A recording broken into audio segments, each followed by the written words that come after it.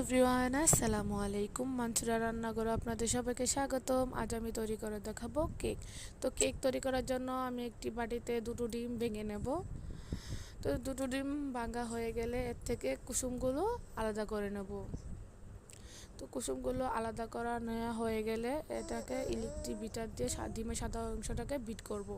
এরকম ফুমি ফুমি ভাব হয়ে গেলে এর মধ্যে দিয়ে দেব চিনিটাকে আমি গুঁড়ো করে নিয়েছি, আপনারা চাইলে করে দিতে পারেন। এরকম ফুমি ফুমি ভাব হয়ে গেলে রান্নার রেগুলার তেল দিয়ে দেব, দিয়ে এর মধ্যে দিয়ে দেব স্বাদ মতো লবণ আর তুলে রাখা কুসুমগুলো দিয়ে এটাকে আবারও বিট করব।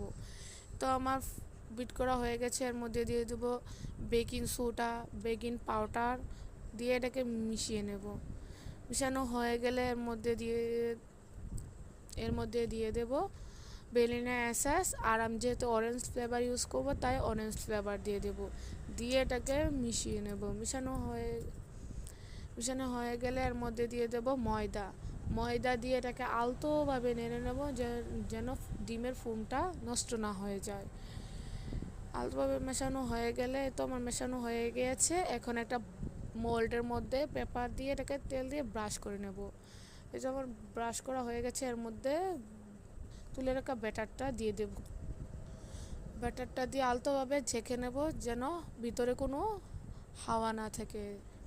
এটাকে এখন চুলায় 30 মিনিট বেক করব। তো 30 মিনিট পর দেখুন আমার কেকটা কতটা সুন্দর হয়েছে। এটা কাঠি দিয়ে চেক করে দেখিয়ে দিয়েছি। এখন এটাকে সাইড থেকে খুলে নেব। খুলে উপরে যে কাগজটা দিয়েছি এখন এটা খুলে নেব। খুলে নেওয়া হয়ে গেলে দেখুন আমার কেকটা কতটা নরম, সফট আর তুলতুলে হয়েছে,